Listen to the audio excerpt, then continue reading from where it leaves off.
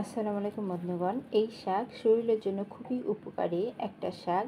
শরীরের যে কোনো জায়গায় ব্যথা হলে, হাত পায়ে কিংবা গিরায় কোনো জায়গায় ব্যথা হলে খাওয়ার পর সাথে সাথে এই ব্যথা ভালো হয়ে যায়।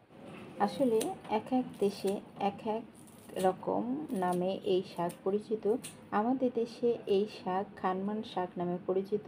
আমার আম্মা এই শাক ভর্তা করে আমাদেরকে খাওয়াতেন এবং এই শাক খুবই উপকারী। একবার খেয়েই দেখো, শরীরের সব ব্যথা ভালো হয়ে যাবে।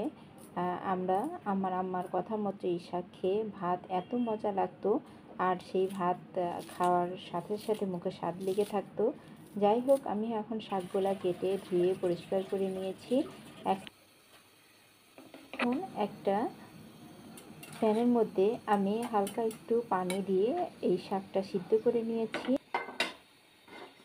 আরেকটা প্যান বসিয়ে দিয়েছি, দুটো রসুন আমান করে ছিলে দিয়েছি, কাঁচামরিচ 15টার মতো দিয়েছি, 1 চামচ কালো জিরা দিয়ে আমি এখন এই শাকগুলো ভালোভাবে ভেজে রসটা টানিয়ে নেব।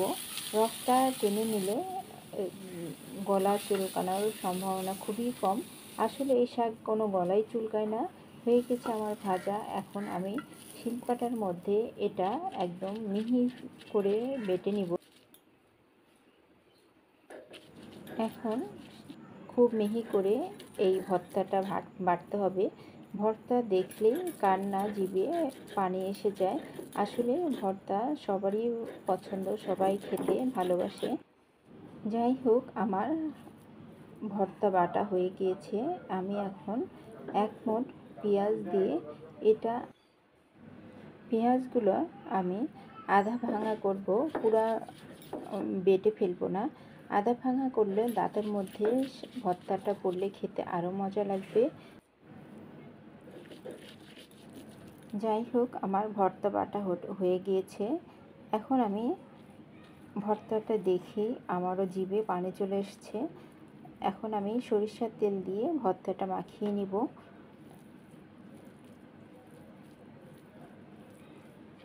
হয়ে গেছে আমার ভর্তা।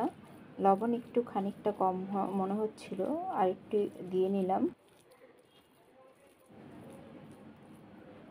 অনেক লোভনীয় ভর্তা।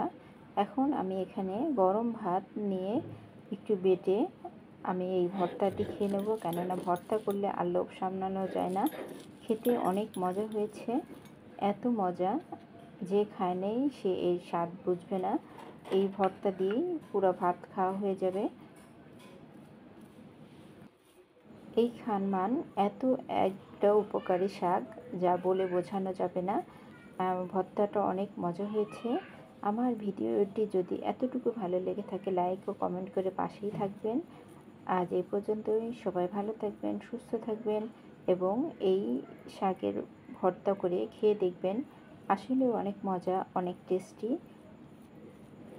শরীরে যে কোনো জায়গায় ব্যথা হলে সমস্ত ব্যথা এই ভর্তা খেলে ভালো হয়ে যায়।